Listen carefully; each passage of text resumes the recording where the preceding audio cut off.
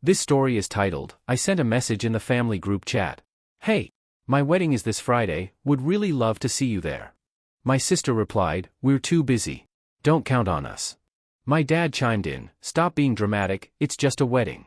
I simply replied, all right. Later that night, what they saw on my Instagram made them instantly regret not coming. Now, let's start the video. My name's Clark, I'm 28, and last week I learned that sometimes the people you expect to show up for you will be the first to let you down, and not even think twice about it. I've always been the quiet one in my family. Not shy exactly, just reserved. I wasn't the type to demand attention or flood the family group chat with every detail of my life. My parents used to say I kept to myself too much, but honestly, it was easier than competing with my sister, Claire, who somehow made everything into a spectacle. If I got a new job, she'd announce she'd just got a promotion with a bigger salary. If I bought a car, she'd post a photo of her new SUV within days. That dynamic had been the backdrop of my life for as long as I could remember. But when I got engaged to Emily, I figured, for once, the attention might not bother me.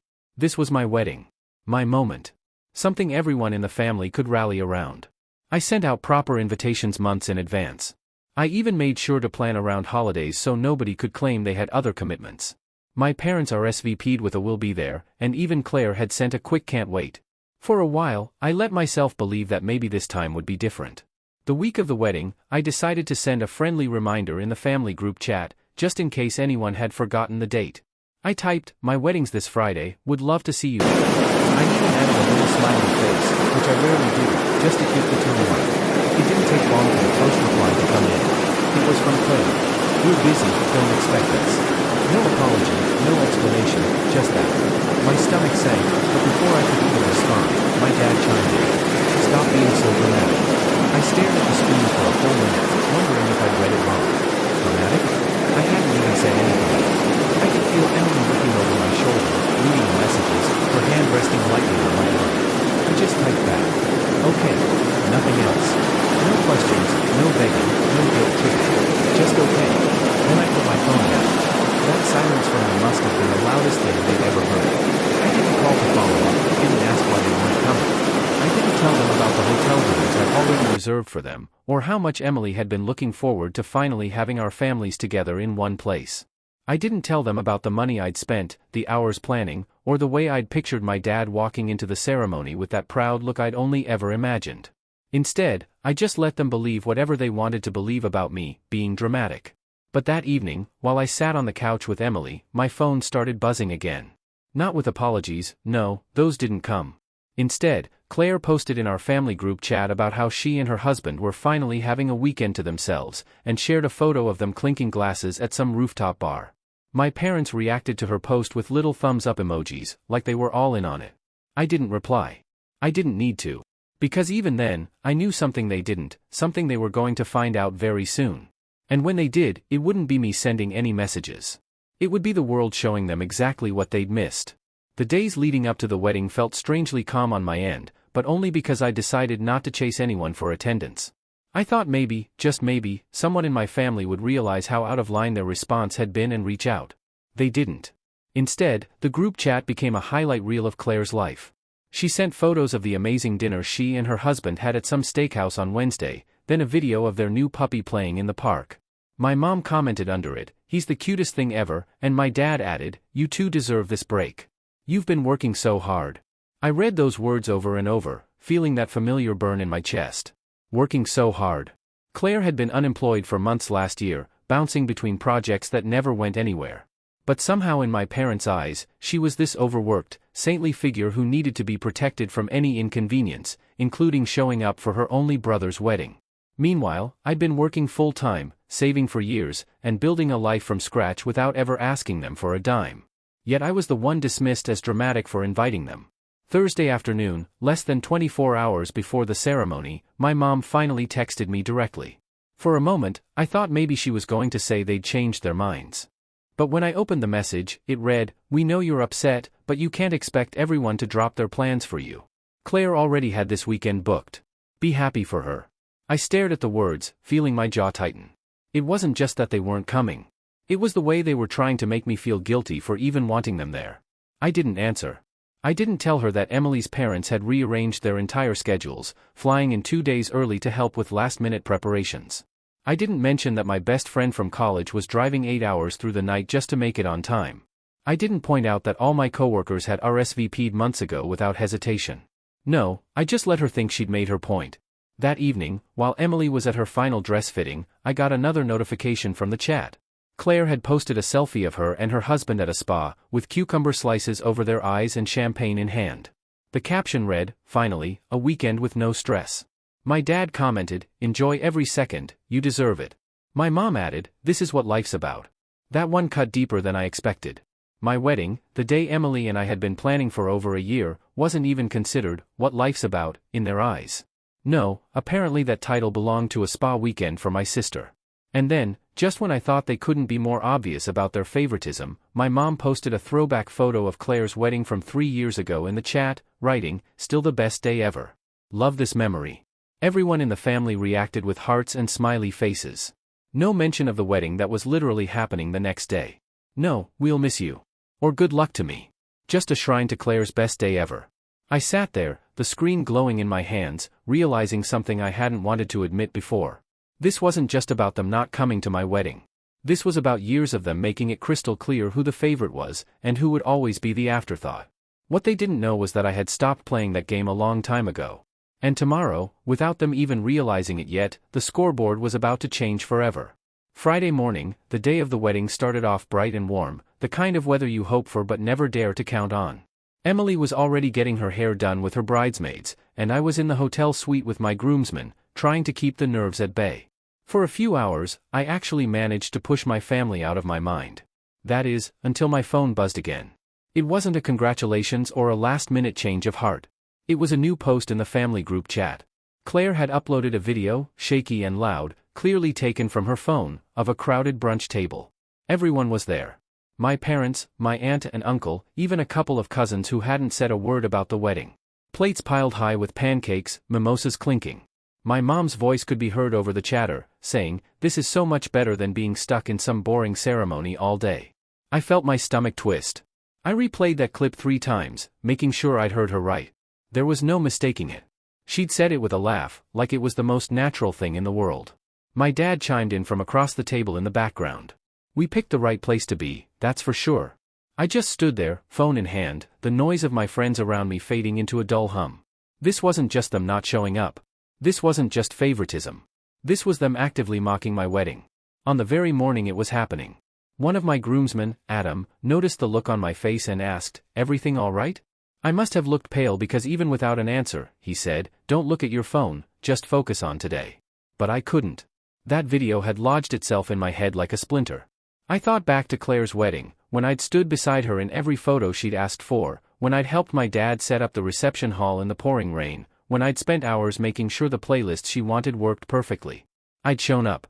I'd done the work.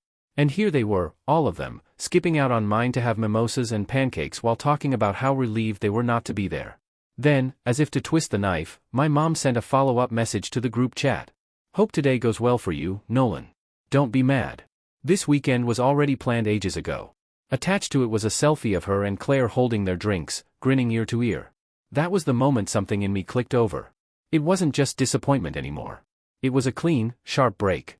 Whatever thread of trust had still been holding between us snapped right there in that hotel room. I knew, without a shadow of a doubt, that I would never look at them the same way again. And as the morning went on, a very different kind of calm started to settle over me. The kind that comes when you know you have the power to turn the tables, and the other side has no idea what's coming. The ceremony was beautiful, objectively. Anyone there would have said so. The venue overlooked a lake that glittered in the afternoon sun. The flowers Emily had picked were in full bloom, and the music floated through the air softly enough to make the moment feel suspended in time. But for me, there was a shadow over it all. Every empty seat where a parent or sibling should have been felt like a missing piece of the picture. Emily walked down the aisle looking breathtaking, and I smiled. Really smiled, because she was the reason this day mattered. But even as I slid the ring onto her finger, a part of me was aware of the absence. The deliberate choice my family had made to not just skip my wedding, but celebrate skipping it. At the reception, people noticed. My friends exchanged glances when they realized my side of the family's table was half empty. Emily's parents, who'd gone above and beyond for us, kept trying to fill the space with warmth, introducing themselves to every guest, and making sure the energy stayed high. I appreciated it more than I could say, but I couldn't shake the hollow feeling gnawing at me. When it came time for speeches, Adam, my best man, gave one that had everyone laughing and tearing up. Then Emily's father took the mic and said something about how lucky he was to gain a son. It was heartfelt and moving, but it also felt like a subtle reminder of what I'd lost, or maybe never had, with my own parents. Later, during a quiet moment between dances, I slipped outside to get some air. The music was muffled through the walls, and the night air was cool against my face. I pulled out my phone, half expecting, against all logic, to see a message from my mom or dad saying they'd changed their minds, or even just congrats. Instead, I saw another group chat update from Claire, a picture of their dessert spread at the restaurant, with my dad holding up a slice of cake and grinning like he'd just won something. The caption read, "Best weekend ever." That one stung in a different way, not just because they weren't there, but because they were making it so visible, almost daring me to react. I didn't reply. I didn't post anything back. I just stood there in the dark, realizing how final this felt. By the time I went back inside, I'd made a quiet decision. I wasn't going to confront them in anger. I wasn't going to try to force an apology. I wasn't even going to give them the satisfaction of knowing they'd hurt me this deeply. Instead, I was going to do what they never expected, walk away. Completely. It wasn't a loud vow or a dramatic announcement. It was something I carried silently as Emily and I left the reception that night. As we drove away toward our honeymoon, hand in hand, I knew I was closing a chapter. But I also knew someday, there'd be an opening in the next one, and when that day came, they wouldn't see it coming. Our honeymoon was the first time in months I'd truly felt free of the weight of my family's shadow.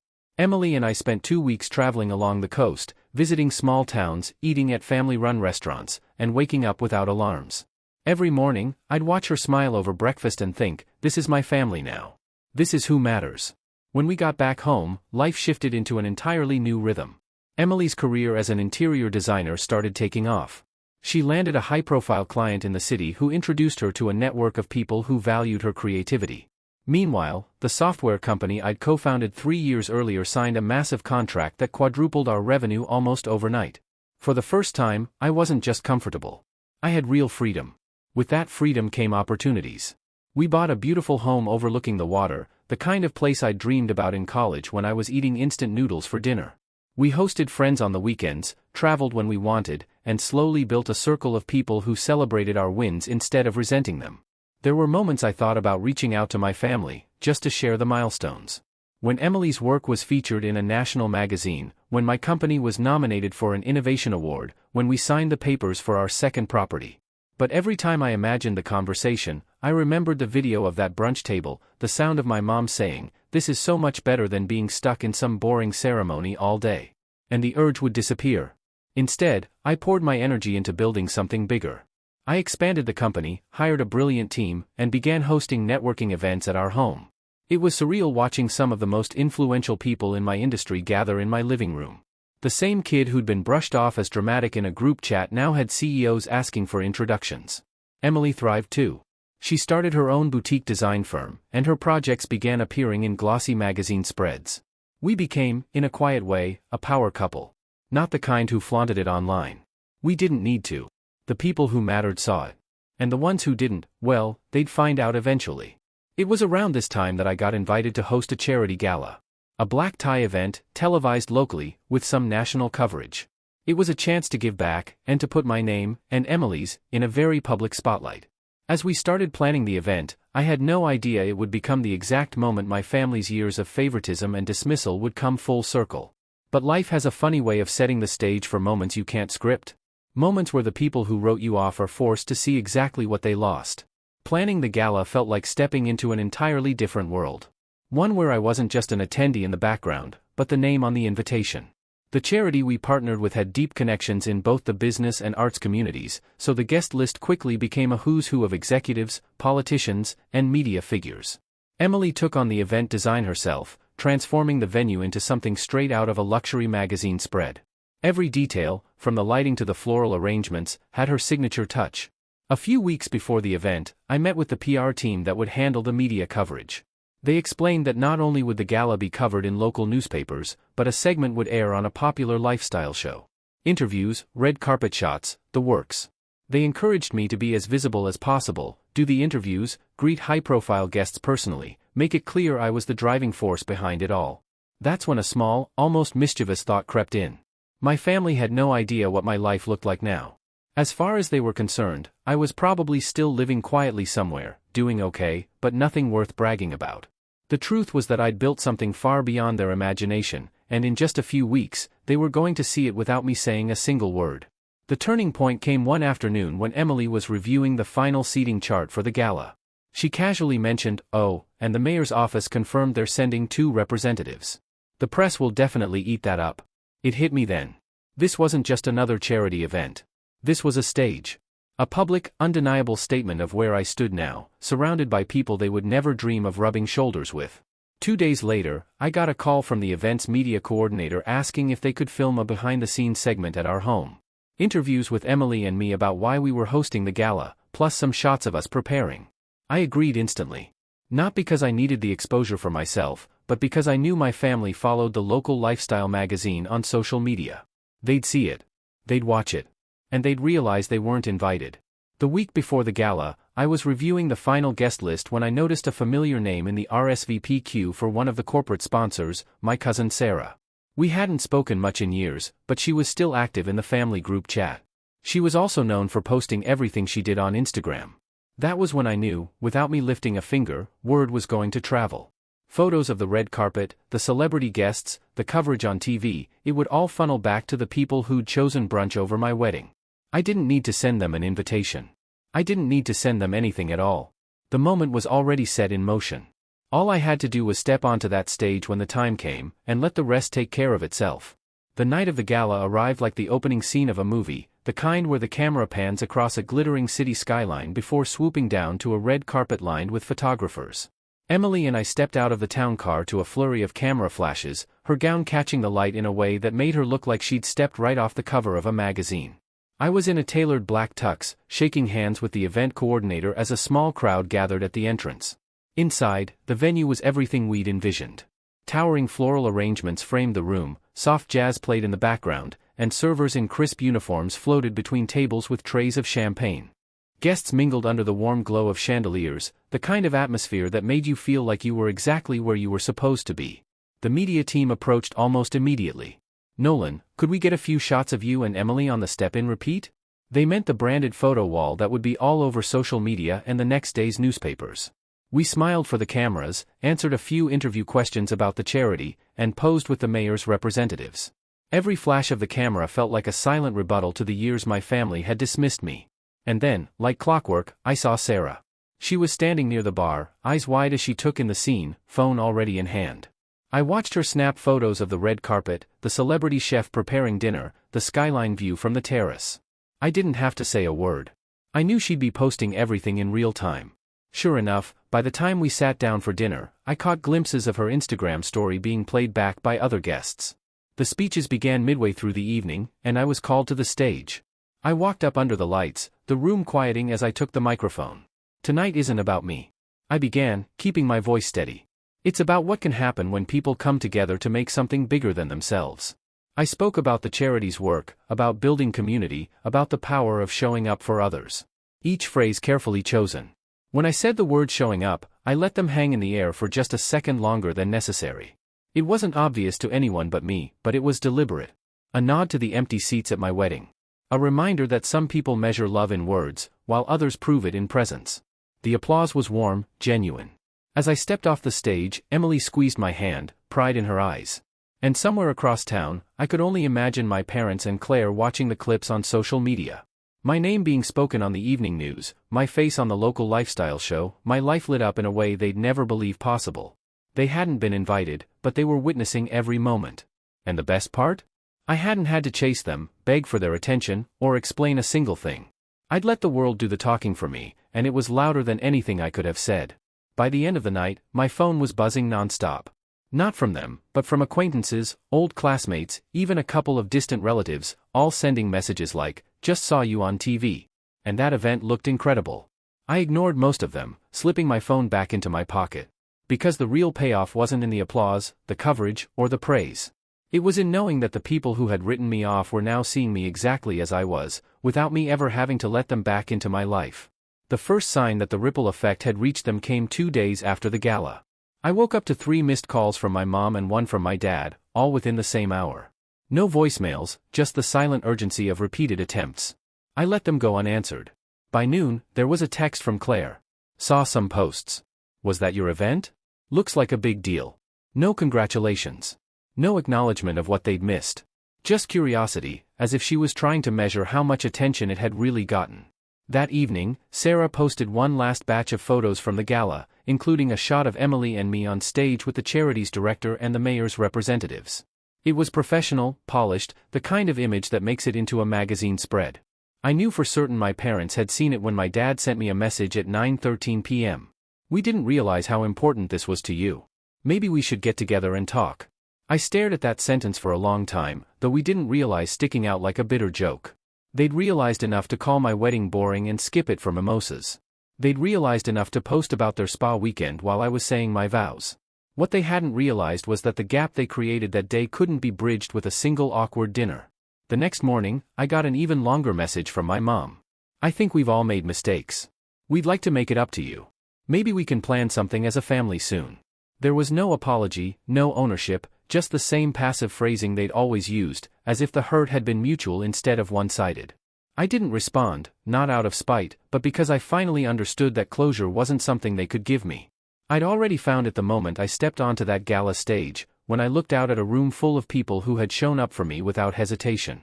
Over the next week, mutual relatives began sending messages too, some congratulating me, others saying things like, "Your parents seemed uncomfortable when your name came up." A few hinted that Claire had been unusually quiet in the group chat. Apparently, she'd made the mistake of bragging about knowing me to a colleague, only for them to gush about how amazing the gala had been and how I was making such a difference in the city. I could imagine her smile tightening as she nodded along, realizing the spotlight she'd tried to keep for herself had shifted permanently. The group chat that had once been flooded with Claire's photos suddenly went silent for days at a time. When it did light up again, it was over trivial things, no more bragging posts, no more subtle digs at me. They'd learned, in the most public way possible, that their version of who I was didn't match reality anymore. Weeks later, Emily and I hosted another event, smaller but still high-profile. Invitations went out through our network, and as expected, none of my family received one. But I knew they'd see the photos again, and I knew the sting of not being included would linger. The difference this time was that it no longer mattered to me. Their approval wasn't a currency I needed to trade in anymore. I had built a life that didn't just survive their absence, it thrived because of it. And as I stood on the terrace of our home that night, looking out over the city lights with Emily by my side, I realized something simple and unshakable. Sometimes the best revenge isn't proving them wrong. It's living a life so far beyond their reach, they can't even pretend to keep up.